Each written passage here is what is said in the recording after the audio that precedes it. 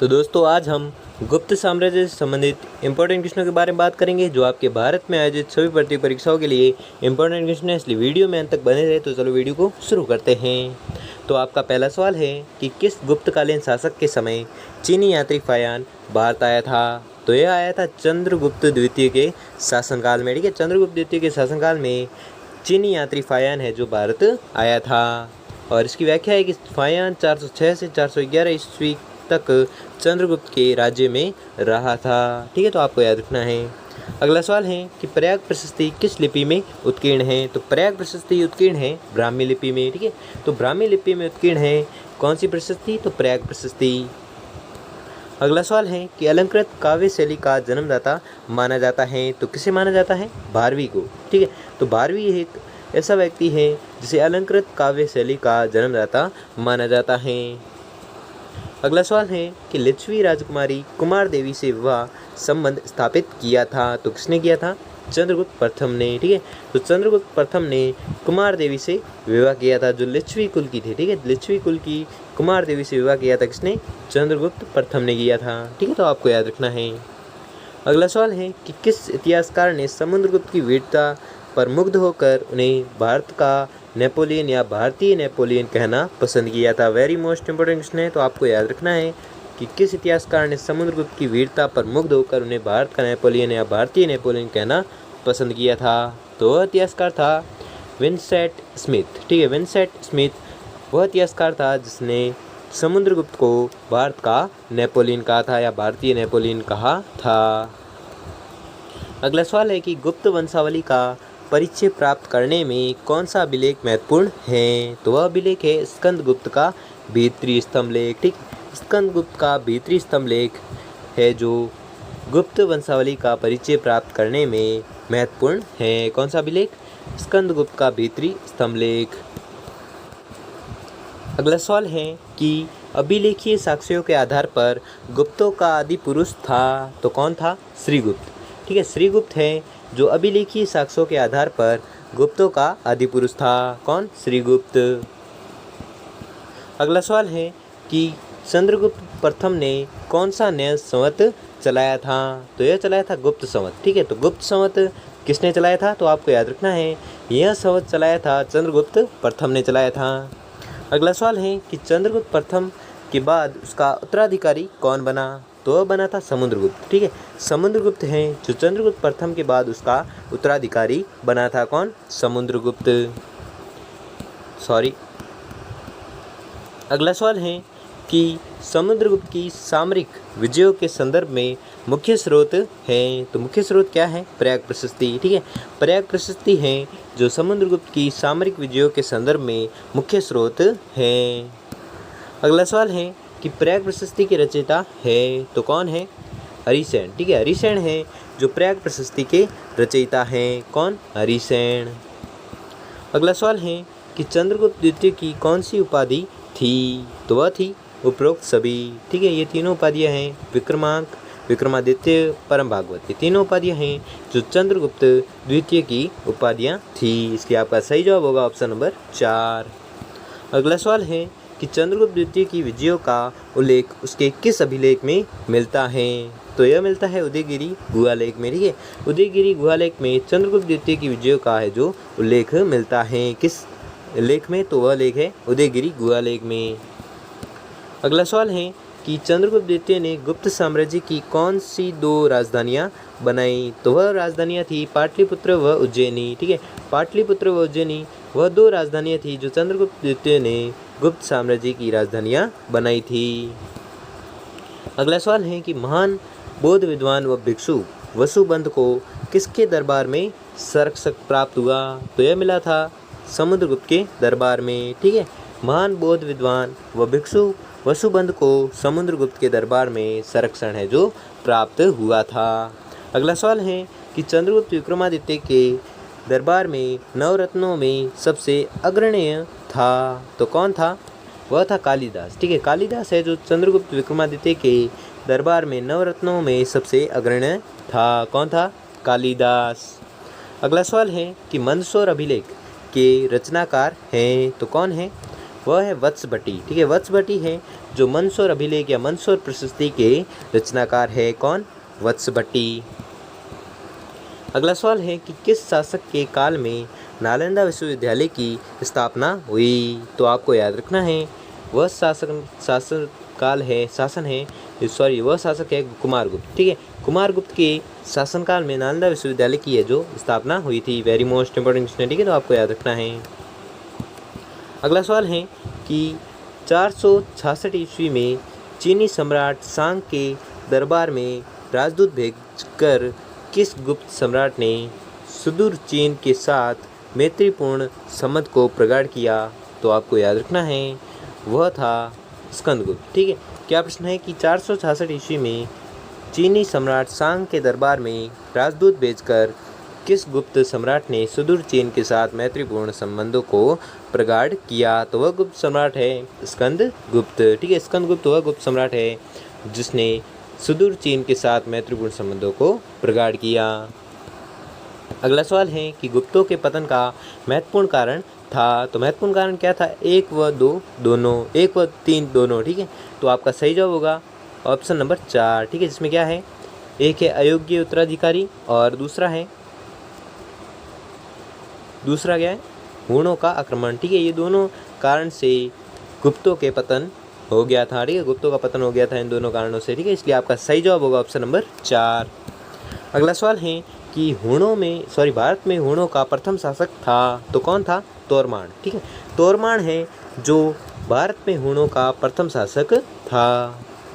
अगला सवाल है कि किस गुप्त शासक ने हुणों को बुरी तरह पराजित कर विक्रमादित्य की उपाधि धारण की थी? तो यह की थी स्कंदगुप्त ने। ठीक है, तो स्कंदगुप्त वह गुप्त शासक था जिसने हुणों को बुरी तरह पराजित कर विक्रमादित्य की उपाधि धारण की थी। किसने? स्कंदगुप्त ने।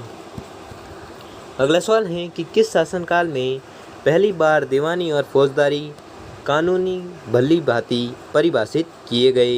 तो यह किए गए थे गुप्त काल में। ठीक है, तो गुप्त शासनकाल में या गुप्त काल में पहली बार दीवानी और फौजदारी कानून भली भांति परिभाषित किए गए थे। किस काल में? गुप्त काल में। अगला सवाल है कि किस अभिलेख में सर्वप्रथम सती प्रथा के बारे में कहा गया है कि गोपराज नामक सेनापति की स्त्री सती हुई? तो आपको याद रखना है वह अभिलेख था एरन अभिलेख। ठीक है, एरन अभिलेख से प्राप्त होता है कि सर्वप्रथम सती प्रथा के बारे में कहा गया है कि गोपराज नामक सेनापति की स्त्री सती हुई थी। किस अभिलेख से प्राप्त होता है? तो यह अभिलेख है एरन अभिलेख। अगला सवाल है कि सोने के सिक्के को गुप्त काल में कहा जाता था। तो क्या कहा जाता था? दीनार। ठीक है, दीनार है जो सोने के सिक्कों को गुप्त काल में कहा जाता था। क्या कहा जाता था? दीनार। अगला सवाल है कि गुप्त काल में भारत द्वारा विदेशों में निर्यात की जाने वाली सबसे महत्वपूर्ण वस्तु थी। तो क्या वस्तु थी? मसाले। ठीक है, मसाले हैं जो गुप्त काल में भारत द्वारा विदेशों में निर्यात की जाने वाली सबसे महत्वपूर्ण वस्तु थी। क्या थी? मसाले। अगला सवाल है कि गुप्त राजाओं ने कौन से धर्म को राजश्रेय प्रदान किया? तो वह किया था वैष्णव धर्म को। ठीक है, वैष्णव धर्म को राजश्रेय प्रदान किया था। किसने? गुप्त राजाओं ने। अगला सवाल है कि चंद्रगुप्त द्वितीय व समुद्रगुप्त के सिक्कों पर किस पक्षी के चित्र हैं? तो यह है गरुड़ पक्षी के चित्र। ठीक है, गरुड़ पक्षी के चित्र किन सिक्कों पर है? तो आपको याद रखना है बस के चंद्रगुप्त द्वितीय और समुद्रगुप्त के सिक्कों पर हैं। किस पक्षी का चित्र? गरुड़ पक्षी का चित्र अंकित है। अगला सवाल है कि गुप्त काल में प्रसिद्ध बौद्ध दार्शनिक था। तो वह था उपरोक्त सभी आर्यदेव व संघ वसुबंध व मैत्रेयनाथ और दिग्नाथ। ये जो पांचों ही हैं जो गुप्त काल में प्रसिद्ध बौद्ध दार्शनिक थे। अगला सवाल है कि कला व साहित्य के विकास की दृष्टि से किस काल को भारतीय इतिहास का क्लासिक युग अथवा स्वर्ण युग कहा गया है? तो वह काल है गुप्त काल। ठीक है, गुप्त काल को भारतीय इतिहास का क्लासिक युग अथवा स्वर्ण युग कहा गया है। किस काल को? गुप्त काल को। अगला सवाल है कि गुप्तकालीन चित्रकला के अवशेष कहाँ दिखाई देते हैं? तो यह दिखाई देते हैं उपयुक्त सभी में, बाघ की गुफाओं में, अजंता की गुफाओं में, बादामी की गुफाओं में। ये तीनों गुफाओं में गुप्तकालीन चित्रकला के अवशेष है जो दिखाई देते हैं। ठीक है, तो आपको याद रखना है। अगला सवाल है कि गुप्त काल की मूर्ति कला का सर्वोत्तम उदाहरण है। तो सर्वोत्तम उदाहरण क्या है? सारनाथ की मूर्ति। ठीक है, सारनाथ की मूर्ति है जो गुप्त काल की मूर्ति कला का सर्वोत्तम उदाहरण है। क्या है? सारनाथ की मूर्ति। अगला सवाल है कि निम्न में से कौन सी पुस्तक कालिदास की है? तो कालिदास की पुस्तक का नाम बताना है। तो कालिदास की पुस्तक का नाम है मालविकाग्निमित्र, अभिज्ञान शाकुंतलम, विक्रमोर्वशीयम व रघुवंशम। ये चारों नाटक हैं जो कालिदास के चारों जो पुस्तकें हैं वो कालिदास की ही है, इसलिए आपका सही जवाब होगा ऑप्शन नंबर 4। अगला सवाल है कि प्रसिद्ध गुप्तकालीन विद्वान भास ने किस पुस्तक की रचना की थी? तो भास ने रचना की थी उपयुक्त सभी, स्वप्नवासवदता, चारुदत्ता, अरुभंग। ये तीनों जो पुस्तकों की रचना की थी यह की थी किसने? भास ने। अगला सवाल है कि विष्णु शर्मा की विश्व प्रसिद्ध पुस्तक है। तो विष्णु शर्मा की विश्व प्रसिद्ध पुस्तक का नाम है पंचतंत्र। ठीक है, पंचतंत्र है जो विष्णु शर्मा की प्रसिद्ध पुस्तक है। अगला सवाल है कि कामसूत्र किस प्रसिद्ध विद्वान की रचना है? तो कामसूत्र है वात्स्यायन की। ठीक है, वात्स्यायन की प्रसिद्ध रचना का नाम क्या है? तो आपको याद रखना है वह है कामसूत्र। ठीक है, कामसूत्र किसकी रचना है? वात्स्यायन की। अगला सवाल है कि महाभारत एवं रामायण का अंतिम रूप से संपादन किस काल में हुआ? तो यह हुआ था गुप्त काल में। ठीक है, गुप्त काल में महाभारत एवं रामायण का अंतिम रूप से संपादन हुआ था। किस काल में? गुप्त काल में।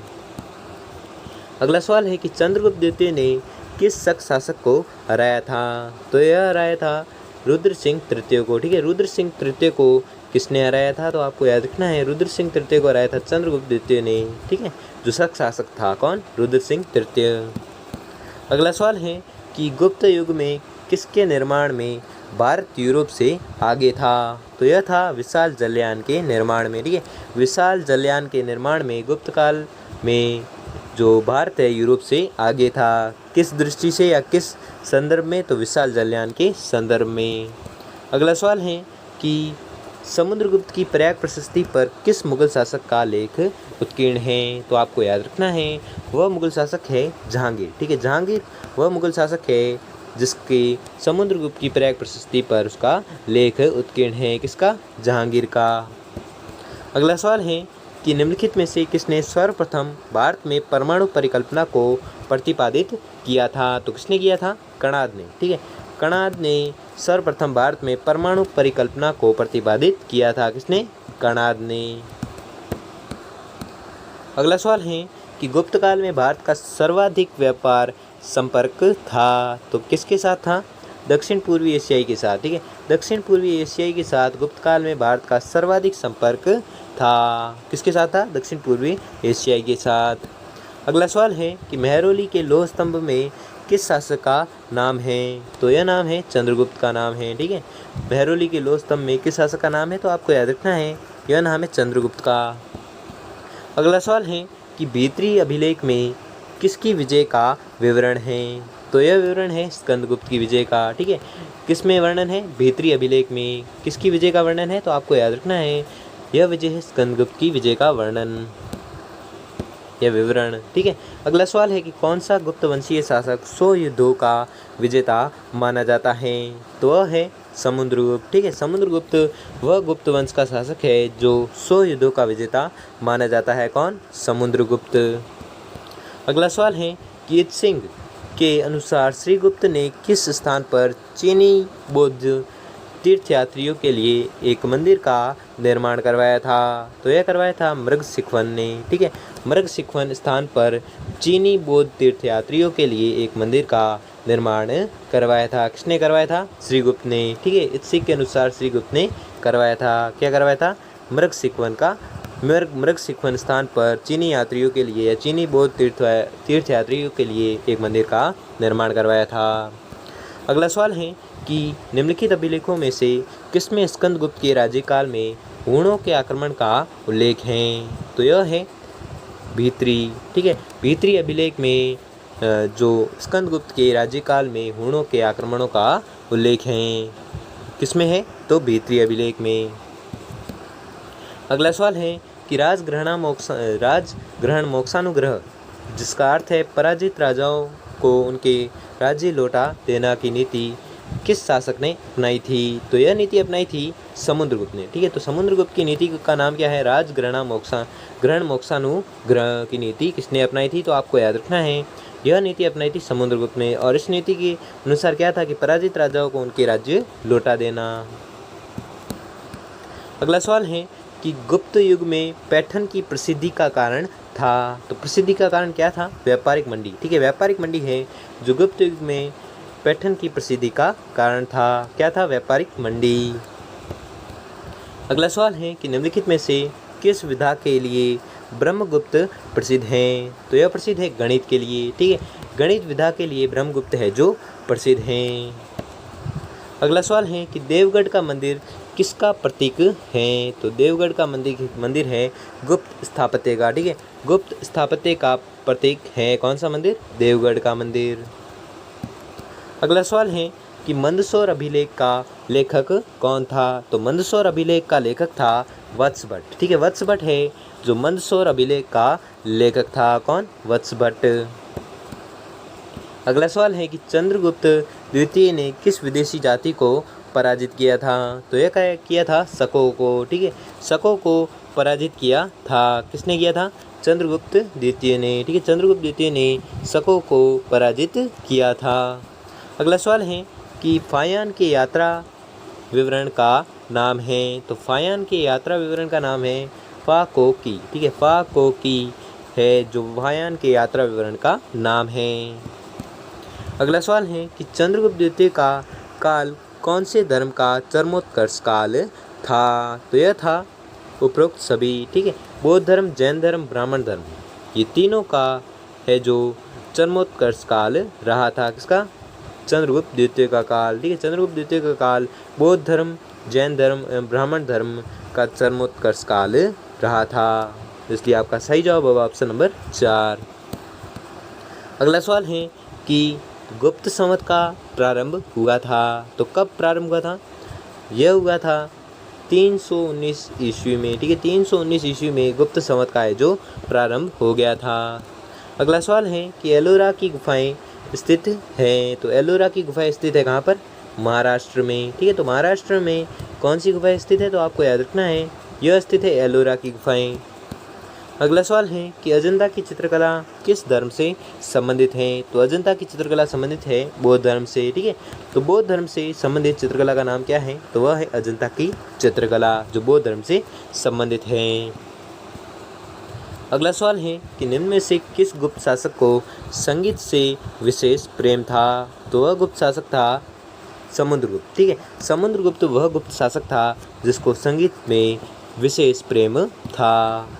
अगला सवाल है कि हुणों का उल्लेख खालिस्तान में हुआ है।